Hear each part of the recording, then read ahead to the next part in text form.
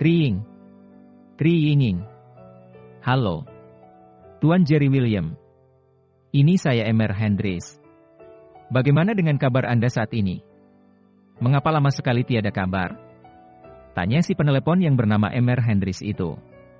Oh, saya baik-baik saja Emer Hendris. Ada apa Anda menelepon saya? Tanya Jerry. Begini Tuan Jerry. Sebagai pemegang saham terbesar dalam perusahaan patungan di Future Steel Company, saya ingin meminta sedikit masukan dari Anda. Ini karena proyek perbaikan rel kereta api dari Johor ke Singapura sudah sepenuhnya selesai dan kini sudah melewati tahap uji coba.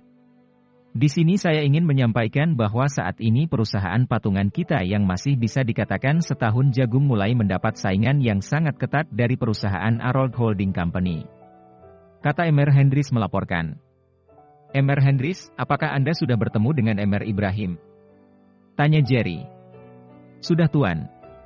Dalam pertemuan dengan Dewan Direksi, kami telah membahas peluang kerja sama dengan PT Inalum yang bertempat di Sumatera Utara, Indonesia.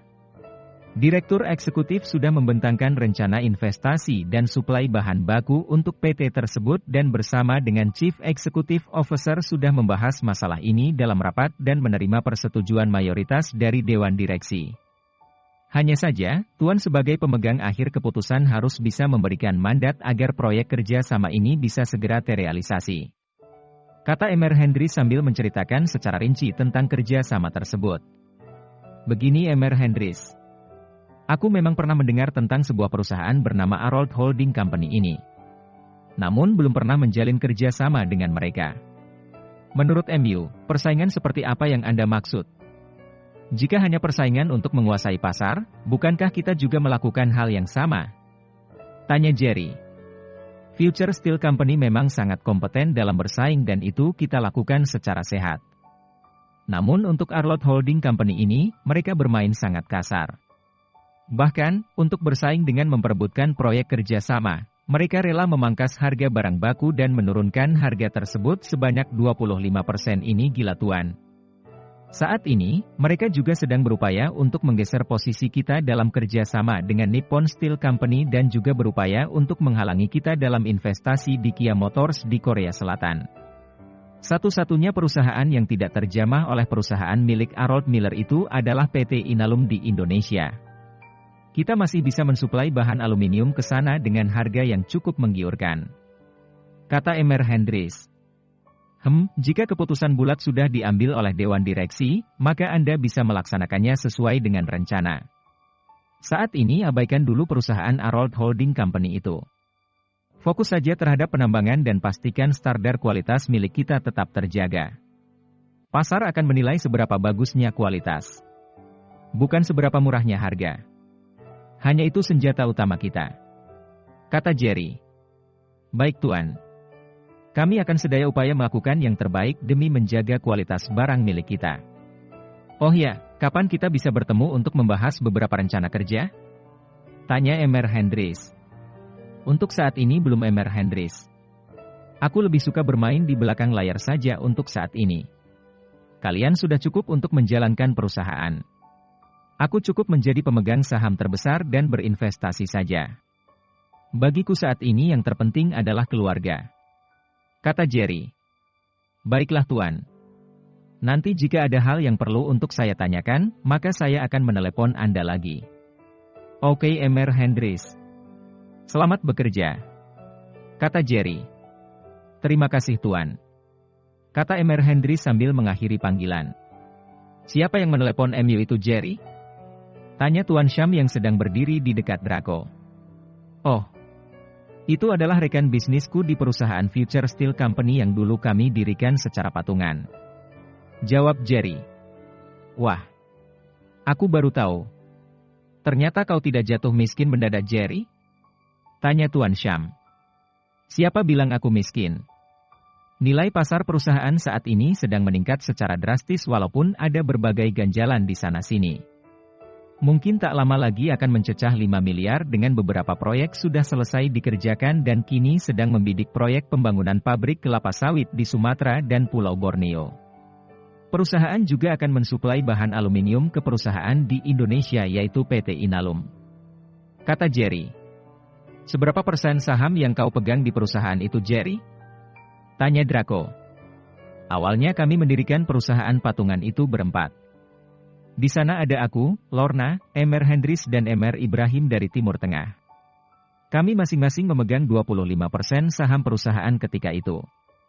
Tapi setelah itu, Lorna menjual 25% saham miliknya kepadaku dengan alasan tidak bisa membagi waktu. Akhirnya aku membeli 25% saham milik Lorna dan saat ini aku adalah pemegang saham terbesar di perusahaan itu sebanyak 50%. Jawab Jerry. Pantas saja kau bisa santai. Ternyata kau memiliki usaha sampingan. Kata Draco lagi. Ayah. Ada beberapa hal yang tidak boleh kita tinggalkan begitu saja. Aku terlahir bukan untuk menjadi kuli. Aku adalah penguasa yang sedang istirahat. Jangan katakan kalau aku bodoh dengan melepaskan perusahaan begitu saja. Aku tidak melepaskan perusahaan Future of Company, melainkan aku sedang memancing Fardi untuk keluar dari persembunyiannya. Selama ini aku terus meninjau perkembangan di Smith Group. Dan aku masih menjadi pemilik perusahaan itu, Ayah. Aku juga tahu kalau kakek sudah mendirikan lembaga amal bernama Future Foundation yang diisi oleh Ryan, Daniel, Rico dan dibantu oleh Ivan sebagai konsultan. Kata Jerry. Dari mana kau tahu semua itu, Jerry? Tanya Tuan Sham. Ingat anggota tua di organisasi yang bernama Piranha? Dia adalah mata dan telingaku di sana. Jawab Jerry. Untuk mengetahui siapa Piranha ini, bisa membaca Pewaris yang Hilang season 1 di bagian 10 bab terakhir. Oh, si Gigi Tonggos itu ya? Hahaha. Aku lupa dia itu anggota Dragon Empire atau Tiger. Tanya Draco kepada Tuan Sham. Aku juga lupa. Jawab Tuan Sham. Dia anggotaku. Bukan anggota organisasi manapun. Hanya saja dia bebas mau masuk ke Dragon Empire atau Tiger. Jawab Jerry. Ayah dan Tuan Sham. Aku berencana ingin melebur kedua organisasi itu ke dalam satu nama saja. Bukankah aku adalah ketua dari kedua organisasi itu? Tanya Jerry. Bagaimana kau mau meleburnya menjadi satu? Sedangkan kau masih di sini. Nanti kalau ketahuan kita berada di sini bagaimana? Kacau masa pensiunku gara-gara itu. Kata Tuan Sham. Benar juga. Biarlah seperti itu saja. Aku juga sudah malas untuk terlibat di perusahaan dan organisasi dalam waktu dekat ini. Tapi begitu aku mengetahui musuhku sudah keluar sarang, aku pasti akan keluar dari Garden Hill ini. Kata Jerry. Jerry, di mana lencana lambang kepemimpinan organisasi itu? Tanya Draco. Ada aku simpan. Kelak jika anakku telah lahir, dia yang akan mengenakan lencana itu sebagai kalung. Apakah kau berencana agar anak MU itu ingin kau terjunkan ke dunia mafia? Tanya Tuan Sham. Tidak. Aku memberikan lambang itu kepadanya untuk jaminan bagi dirinya kelak. Aku tidak tahu seperti apa kelanjutan dari peperangan ini. Mungkin musuhku hancur, atau malah aku yang mati. Kelak jika anakku lahir dan sudah berumur 3 tahun, aku akan menitipkannya kepada kakek Malik di Mountain Slope. Bagaimana menurut ayah? Tanya Jerry. Kau serius, Jerry? Tanya Draco. Aku serius. Hanya kakek Malik yang tidak terlibat dalam urusan kita. Jika perang terjadi, semua harus turun gunung termasuk Paman Jeff dan Paman Regan. Kata Jerry. Lalu kami berdua? Tanya Draco. Apa tangan ayah tidak gatal ketika melihat musuh di depan mata? Ia gatal. Tapi kau tenang saja. Aku sudah memiliki salep oles cap kaki 3 yang diimpor dari Indonesia. Tinggal oles, gatal pun hilang. Bukan endorse ya. Mendengar jawaban ini, Jerry hanya melongo saja sambil mengedip-ngedipkan matanya. Dasar orang tua tak waras. Kata Jerry dalam hati. Tambahan part yang terhapus. Membahas rencana. Paman. Saya sudah kembali dari Afghanistan. Saat ini barang-barang dari pemasok opium sudah berada di atas kapal kargo di Laut Lepas. Tampak seorang lelaki berusia 40-an memberi laporan kepada seorang lelaki tua yang sedang duduk di kursi kebesaran bagaikan seorang raja dengan pipa rokok terselip di antara bibirnya. Bagus sekali Fardi. Sudah 3 kali kau berhasil melakukan misi yang aku berikan. Sekarang waktunya bagi MU untuk mengangkat kembali perusahaan mendiang ayah MU yang telah lama terpuruk. Kata lelaki tua itu sambil memainkan ujung tongkat keemasan berlambang kepala naga itu. Terima kasih paman. Jawab lelaki bernama Fardi itu sambil membungkuk hormat. Fardi. Aku memiliki seorang sahabat di Metro City. Kabar terakhir yang aku dengar adalah, dia kini telah menjadi Ketua Umum Partai Buruh Nasional dan sebentar lagi akan bertarung untuk memperebutkan kursi di parlemen serta dia juga sedang mencalon untuk menjadi gubernur di Metro City. Sebelum kau melakukan misi balas dendam, ada baiknya agar kau melobi sahabatku ini. Kau harus berinvestasi untuk kemenangan kubu sahabatku ini agar kelak bisa berguna untuk MU di Metro City. Kata lelaki tua itu. Maksud Anda bagaimana Paman Harold? Tanya Fardi yang tidak terlalu mengerti. Kau bisa berangkat ke Metro City dan menawarkan bantuan keuangan serta membantu mereka menyediakan keperluan kampanye mereka. Gunakan namaku agar dia tahu siapa yang ingin membantunya. Kelak jika dia bisa duduk di kursi gubernur Metro City, segala proyek besar yang ditinggalkan oleh gubernur yang lama bisa kau ambil alih. Hal ini akan menjadi langkah awal bagimu untuk melibas perusahaan William Group. Kata Tuan Harold Miller. Begitu? Saya mengerti maksud Anda Paman. Baiklah. Anda jangan khawatir. Itu masalah yang tidak sulit. Kata Fardi. Fardi. Apa kau sudah menyelidiki tentang perusahaan Future Steel Company itu? Tanya Tuan Harold. Entah mengapa dia merasa penasaran dengan perusahaan baru itu. Memang tidak ada pergesekan antara Harold Holding Company dengan Future Steel Company. Namun diamnya jajaran tinggi di perusahaan itu membuat lelaki tua ini merasa sangat penasaran. Aku sudah menyuruh anak buahku menyelidiki perusahaan itu Paman. Namun ada satu yang tidak bisa diungkap. Yaitu, seorang yang memegang saham terbesar di perusahaan itu tidak bisa dilacak. Jawab Fardi. Apa kau tahu kapan perusahaan itu berdiri dan siapa-siapa saja pemegang saham di perusahaan itu? Tanya Tuan Harold. Sebenarnya perusahaan itu belum berusia 2 tahun, Paman. Perusahaan itu berdiri karena kala itu ada pertemuan antara seluruh pengusaha muda dari seluruh dunia yang didominasi oleh pengusaha Asia di 3 negara yaitu, Malaysia, Singapura dan Thailand. Maka tercetuslah ide untuk mendirikan perusahaan kolaborasi antara para pemuda kaya ini. Diketahui bahwa perusahaan itu dikendalikan oleh 4 orang anak muda. Yang pertama ada Lorna Walker dari Metro City. Mendengar nama Walker dari Metro City, membuat Tuan Harold Miller segera mengangkat tangannya. Berarti perusahaan itu ada hubungannya dengan Metro City? Tanya lelaki tua itu. Benar Paman. Namun setelah itu, Lorna, putri tertua keluarga Walker menjual saham miliknya dan tidak tahu entah kepada siapa. Itulah yang masih dalam penyelidikan saya. Lalu pemegang saham kedua ada Mr. Hendris dan Mr. Ibrahim dari Timur Tengah. Kata Fardi menjelaskan membuat Tuan Harold sedikit mengendurkan ketegangannya. Aku kira bahwa ada salah seorang dari Metro City. Oke, lupakan perusahaan sampah itu. Mereka tidak akan mampu bersaing dengan Harold Holding Company milikku. Terbukti mereka kini mengalihkan perhatian mereka dari Korea Selatan ke Indonesia. Kata Harold Miller.